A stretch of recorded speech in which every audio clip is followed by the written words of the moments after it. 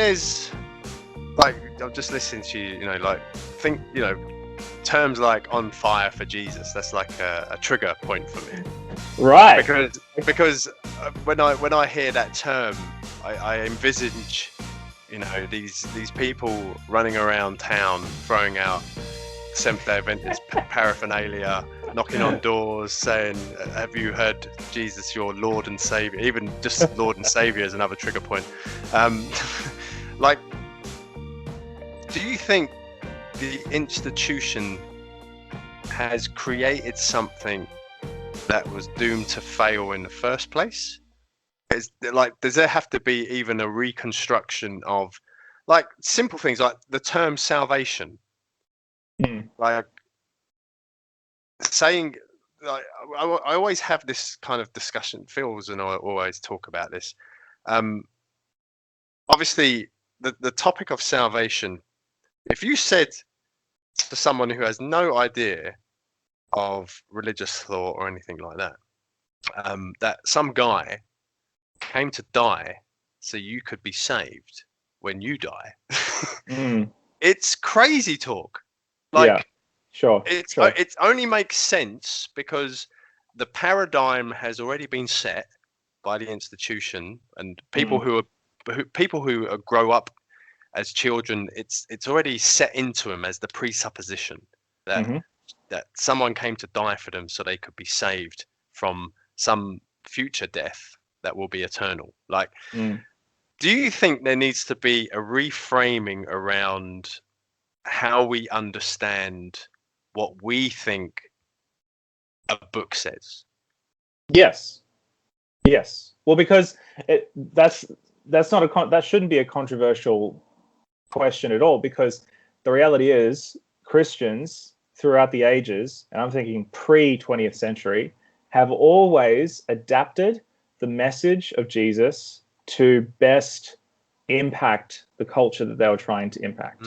So if you were to go back to the early, like the first, second, third, fourth century, when Christians started to make their way into Northern Europe, into Scandinavia and to Germania and the Gauls, they recontextualized what was predominantly a Mediterranean, Middle Eastern focused religion to fit with the northern sensibilities of their neighbors. That's why we have things like Christmas trees, and we celebrate Christmas in December, during winter. Well, at least if you're in the northern hemisphere, because Christians took the existing spiritual practices of indigenous people and told the story of Jesus through a lens that they would understand.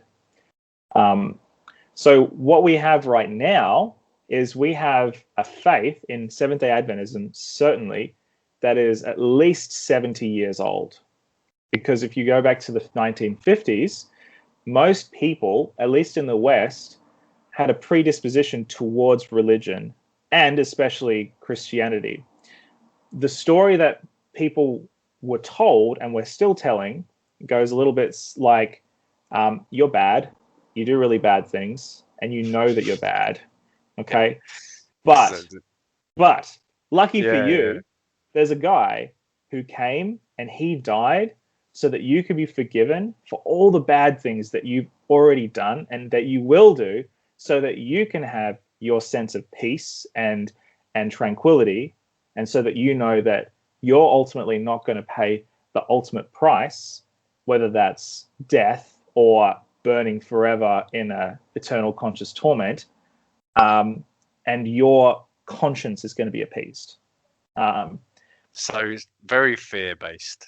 Oh, absolutely. Adventism does have a distinct advantage over the Southern Baptists and the evangelicals, in that at least we don't go around saying, if you don't repent, you're going to burn forever in hell. But the implication is still, we are annihilationists, so you're going to be annihilated. That's pretty scary. Which is still fear-based, and it paints a very, very kind of warped picture of a so-called all-loving being. Yeah. Oh, absolutely. But here's the thing. In 1950, that worked because that spoke to the cultural consciousness of the day. You know, we had people coming out of the Roaring Twenties into the Great Depression and into World War II, into the baby boom. And, you know, at that time in the West, people were, houses were cheap, cars were cheap, people were having babies, people were indulging, you know, they were getting high wages, the stock market was booming, everything was great. But what happens when everything is great? People indulge in their most base instincts. And so if you have a bunch of people who have lots of money and have lots of time and who are doing really well financially, they end up doing all these things that they regret. But then they go along to church and they hear a story that connects with the story that they're already living. And they go, you know what? I've now got some sense of peace and forgiveness because of the story that I'm being told. We aren't telling that story in our culture today. That's not, people don't walk around thinking I'm bad. That just isn't a part of our consciousness. That's an interesting perspective. That's one that I haven't really had explained to me. So I'll have to mull on that because that's very interesting. So going forwards, what do you think is the purpose now? Well, like, what is the? I wouldn't want to say soundbite because soundbites are good if you're an advertiser, but they're certainly not good when you're trying to create a world. Like I love saying this. It's the Hebrew vision. Create a world that has no violence, no oppression, and no injustice. That was the Hebrew vision of salvation, so to speak, because it was a communal thing, wasn't it? In the Old Testament, which is yeah, which annoys me as well. Saying one's new and one's old. That's like saying, well, you Jewish people are all defunct, so we'll insult you first, and then we'll but that aside, what do you think? What do you think the future is in your eyes about reaching people to create that Hebrew vision? If that is the vision, like you say to me, no, Chris, that's a load of crap. No, I don't think it's a load of crap. I think that's actually what people are really vibing for these days, because, you know, we live in a world that's obsessed now with justice. We are living in a post #MeToo era. We are living in now a post-Trump era, and that is. I mean, well, you know, look, I love everyone, but you can love them when they're out of office as well. So. Oh, I love Trump more than I have the last 4 years right now. Especially now that he's no longer on Twitter. I think, but no, we live in a world that is obsessed with justice. Unfortunately, we also live in a world where moral posturing and all that sort of stuff can also be really sickening. I think we just have to really, and this is a challenge for Christians because Christians tend to be insular. We have to really listen to the heart cries of the generation that we're living in. We have to understand what is making people tick, because if we can understand what makes people tick, then we can understand how to talk about the things that really matter in a way that is not going to bounce off them, but that's going to, you know, deeply impact them.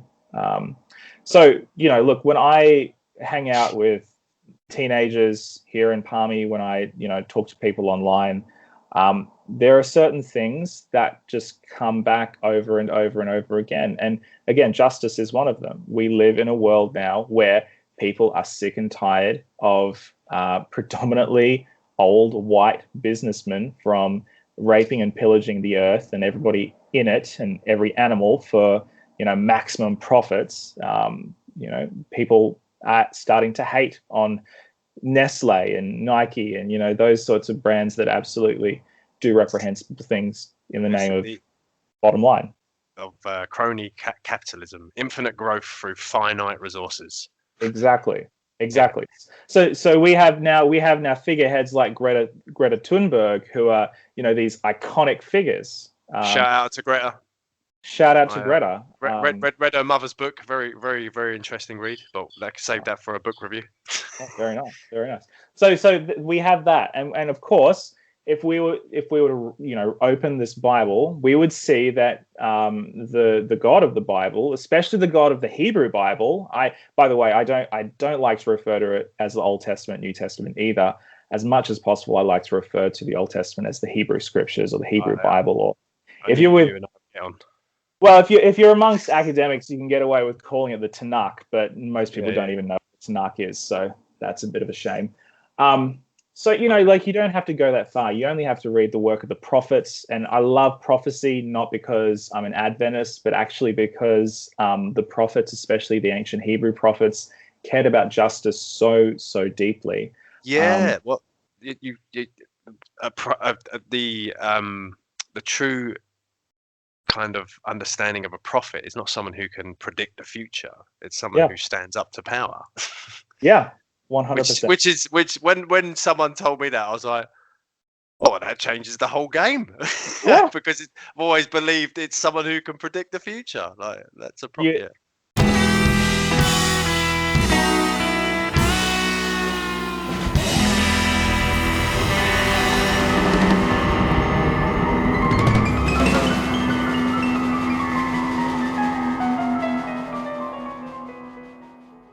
You only have to look at how many of the Old Testament or the ancient Hebrew prophets died to sort of understand how their message reflected with the people that they were around. A lot of the time, it wasn't good. Yeah. So there is that. There's also, I think, if I was to do sort of a cultural exegesis, and a lot of this comes from people like Tim Keller, who does this a lot better than I do. You start to see things like people wanting to have a moral and a meaningful life. I don't think there's any. I don't think it's a coincidence that we have people like Jordan Peterson, who has lived the majority of his professional career in relative sort of quietness, and yet now that he's quite old, suddenly his messages have started to resonate with millions of people around the world. Love him or hate him, he's made an impact, and his predominant message is about personal responsibility and actually living a life of meaning. And the gospel kind of talks about that as well. Not in a you're bad and you should stop doing all the bad things, you bad naughty boy, but in a way of how can I live in the world and how can I be in the world, contributing, living a meaningful life, living a moral life, and living a life that is going to impact people for good. People want that, whether it's tied up with Jesus or not. Yeah, because that was the discussion we had as part of our podcast regarding who is Jesus. Like what the question I asked, and I'll pose the question to you as well after you've just said that. It was around the discussion of when Jesus said, "I am the way, the truth, the life." Was he being an egocentric maniac saying that I am he and thus no one else, or was he talking more of a narrative, like a story that we can all be a part of? It doesn't necessarily have to be through one single name. That name can be pervasive through many different names. It's more to do with what that story congeals into. Well, I as far as Christianity is concerned, I don't think Christianity should be considered a religion. I don't think Jesus ever intended Christianity to be a religion. It's a way of life. It is. So story that you partake in. Christians in the first century, until Christian became a slur that they began to take on, were only called the way. And I think that's, it's very telling, because ultimately I think Jesus did mean what he said, but I think he meant it in the broader sense of all humanity, in the sense that, look, let's take what Paul talks about when he talks to the scholars at Mars Hill. Oh, hang on a second. We'll have no Paul on this podcast. All right. Oh, this is a Paul-free zone. No, I'm joking. I'm joking. I'm like, oh no, what have I done? All right. Yeah, no, he sees all the statues of the idols and the gods and the philosophers, and they're having these grand discussions around the arena and all that sort of stuff. And he sees the unknown God as the God that is over and all, and that is above human scrutiny in terms of we can poke it, we can prod it, we can make it bleed sort of thing. And that is, I think, who Jesus claims to be. And I think it is a grandiose claim. And I think it is, if you want to use the word exceptionalism or exceptionalist, it is an exceptionalist claim. He's claiming that he is the supreme human one. He is, as John alludes to, the Logos, the Word in the beginning was the Word. And, as Paul talks about in the letter to the Colossians, that he is the supreme firstborn over all creation. And so I think Jesus does mean what he says, but I don't think he intended for Christianity to become just another religion alongside all the other religions of the world. I think what he intended was that all humanity would recognize him in the spiritual practices that they were already doing, or the lack thereof, that they would see that ultimately what they were trying to achieve through their spiritual practice was inadequate until it points itself towards him. Yeah, so similarly to believe in Jesus is not a case of just having head knowledge of, yes, this person is Jesus and I believe it's Jesus.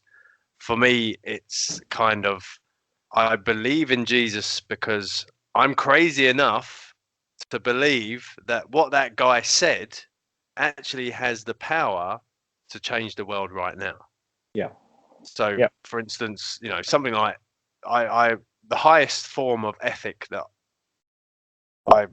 I'm sure someone could argue, but for me, the highest form of ethic is enemy love. Yep. But enemy love doesn't necessarily create the existence you're hoping for, but it's that faith of understanding that through that practical nature of trying to love your enemies, and I emphasize the word trying, that positive change can come. Whereas a lot of people I've had discussions with will say, why would I love my enemies? I'd rather see my enemies dead. Yeah. And that's the default position. And for me, when you hear that coming from the mouth of someone who claims to believe in Jesus, it's like, well, I don't think you've thought deeply about what that means to believe in someone. Yeah.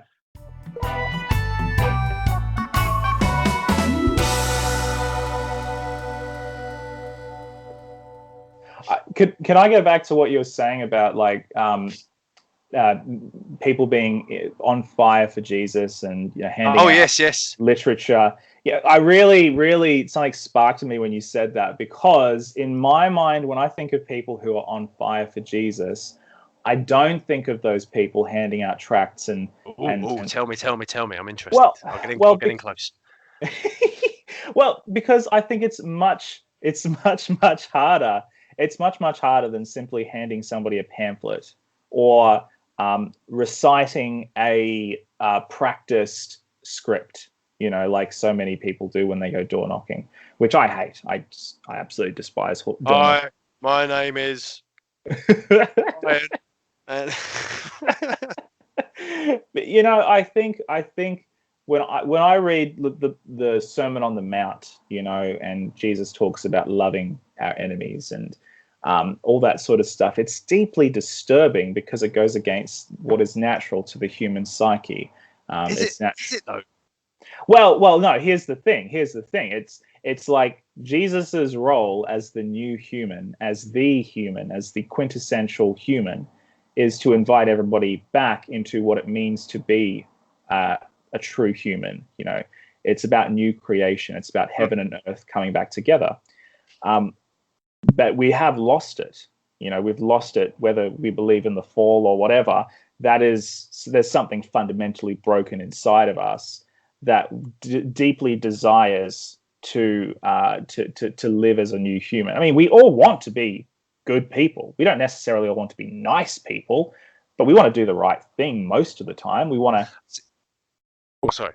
No, it's all good. I was just going to say that, you know, Jesus, when he comes down and he challenges us to live in this new human way, it's a lot harder. So when I think of somebody who's on fire for Jesus, I think of somebody who is trying to live as a new human, as what Paul talks about when he talks about Ephesians. You know, the two have become one. The dividing line have become, you know, has been broken down, and we have this brand new humanity that we are supposed to live within. So yeah. Yeah, I've always I used to obviously think that there's something inherently broken within humanity, but I've since kind of leaned towards it's not so much the person, it's more the systems that create the breakdown in humanity. For instance, like, you know, if you're going to quote scripture, let's have a scripture off. Like, same thing in the Sermon on the Mount. You know, Jesus turns around to his disciples and says, "No, you know, you are the light and salt of the earth." Like, it's not you can become; it is no, you are the light and salt. Like, within you is the goodness that creates the betterment of the world. I think what has happened is that people become so in, and this is the thing about what I'm saying. Like, it's going to be very nuanced, because I'm not saying one over the other, but people tend to become so ingrained in their culture. They become so ingrained in how things are done in their country that when they are then challenged, they hold on too tight to the things that were before. And so, if, for instance, if I give an example, like nationalism, like nationalism doesn't have to be a bad thing. You know, if I was to class myself as English, even though I never asked to be born in England or anything, and then I was sitting next to a German at a football match, I can have a good form of nationalism and a bit of banter with a German, but not care who wins in the end. You know, I'm just doing it because it's just good fun and we can sing songs at each other, but there's no harm done or anything like that. But then there's that part of nationalism that creates us versus them, the enemy territory, things like that, and that's when people start killing each other.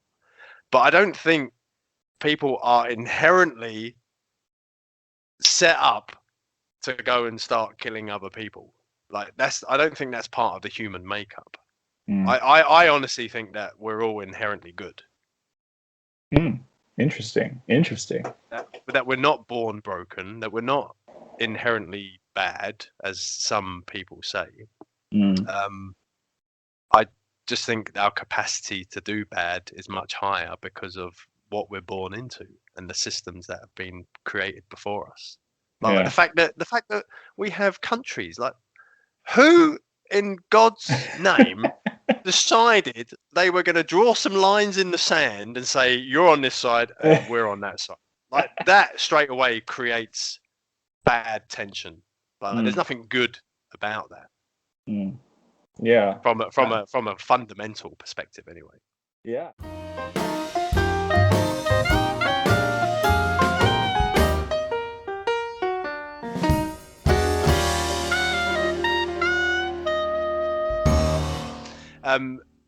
and I don't know if you can give me a diplomatic answer. I'm quite happy. Does there need to be a belief in a God? Mm. Do people actually have to believe there's a God? And if yes, why?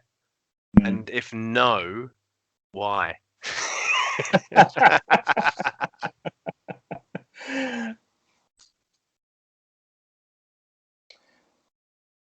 If people believe one thing but don't act upon it, then in my mind, it is not belief. We have as a society, again, going back to like the whole moral posturing, it's very easy to say I'm against child trafficking. But if I'm not working actively to end child trafficking, I am at the very least complacent. And if I'm purchasing products that fuel child trafficking, then I am I'm unwitting or wittingly sort of helping that. So to me, to say, is it necessary to believe in God? Well, my question then would be, what does that belief look like? Does it look like the average person going to church and assenting to a set of doctrinal statements, but then going home and yelling at his wife and not really having a great relationship with his kids and jacking off to porn and treating his employees like crap? Like, is that satisfactory? I don't think it is. If the belief does not follow through into action and notably a life transformation, then to me it is not truly a belief. In my mind, at least for me, and I'm not super versed in Islam, I'm not super versed in Hinduism, Buddhism, the major world religions, but from what I've been able to gather, Christianity particularly is one of the only world religions that promotes as one of its core beliefs a God who decided that it was a good idea to become a human being and to die at the hands of violent people so that heaven and earth could be reunited. It's a crazy, crazy claim. But then alongside that comes the invitation to live in the way of Jesus and not just assent to a certain amount of beliefs. So if it comes down to, do people need to believe in God? Well, if they need to believe in God just to be able to check off their guilt so that they don't feel guilty about all the bad stuff they've done, then I don't think that's very, very useful. But if needing to believe in God can transform this planet into a more compassionate place, then I would say absolutely yes. The only distinction in my mind is, what does that belief actually look like, and what does it do? So I don't know. Is that satisfactory? I don't know, man. Hey, look, I one thing about me is I hold my cards close to my chest. All right. No. Look, this is more. I wanted to ask you some quite deep, poignant, difficult questions from and a response from someone who I know you. You know, I don't know you like I know my toothbrush, but I know that you're a very intelligent, articulate person. I know you're very compassionate. I know you have a heart for the marginalized. You have a heart for the oppressed, people like that. Everything that I resonate with. We are just two people in two very different places. Mm. And there's I personally I see nothing wrong with that. Like, some people may look at this and go, "Oh, look at Jesse, he's a pastor. wonderful man of God. You know, he does wonderful work. He's a great guy. And then, oh look, there's Chris. We're not sure about Chris. You know, he seems like he's kind of there, but we're not sure what there is. You know, and I think that kind of mindset, though I understand, like especially from a religious perspective, I understand when someone like myself leaves the institution, people are worried about me. People think I'm an apostate, you know, that I've slidden backwards. I'm a heretic. I'm certainly a heretic. I enjoy that one. Sure. And I understand why people speak like that. I don't see much good that comes from it. I understand why it's spoke about in the Bible, because again, you're in a totally different culture with totally different understanding of how life works. I struggle with the fact that not everyone, but the people that are like that look at it as it's okay. And yeah.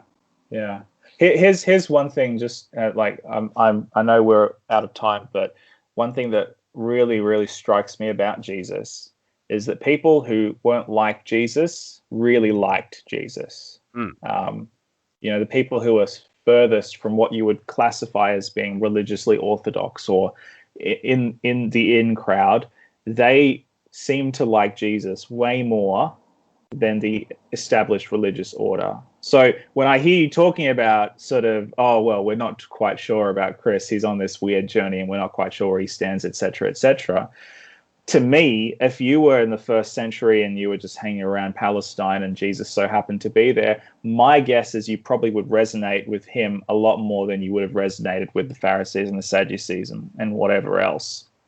And if we are not, as a Christian church, espousing that and living in that way, then I think in many ways we've failed. So yeah, that's my final thought on that, but I just couldn't resist sharing. No. Look, I'm glad you said we're wrapping up because you're slowly disappearing. I am. As the darkness comes in. Yeah. The darkness. Yeah. Save me from the darkness. Ah! Oh, hilarious. Hey, look, Jess, I've really appreciated you spending all this time with me. You're probably about the only person who would. So fair play. Me and my wife are in good company. Yeah, my wife has no choice. So she signed up for it. That's her own fault. But yeah, no, I'd love to in the future sometime kind of unpackage some of these points that we've gone over, because that's the thing about the journey of spirituality, practical religion, things like that is it's very nuanced and it's not just easily answered over a couple of brandies, so to speak. 100%. Yeah. And I can see already that I could sit here, like sitting at the feet of Jesus, sitting at the feet of Jesse. Oh, all right. Steady on. That's a bit too. Thank you. I stroke my ego and pastor. Hey, look, everyone's got wisdom to give. That's why I love listening to other people's perspectives, because there's always a nugget somewhere. Love it. Thank you, Chris. It's been awesome. All right, buddy. Much love to you. Look after your wife and dog. Thank you very much. Yeah. All right, dude. Take it easy. All right.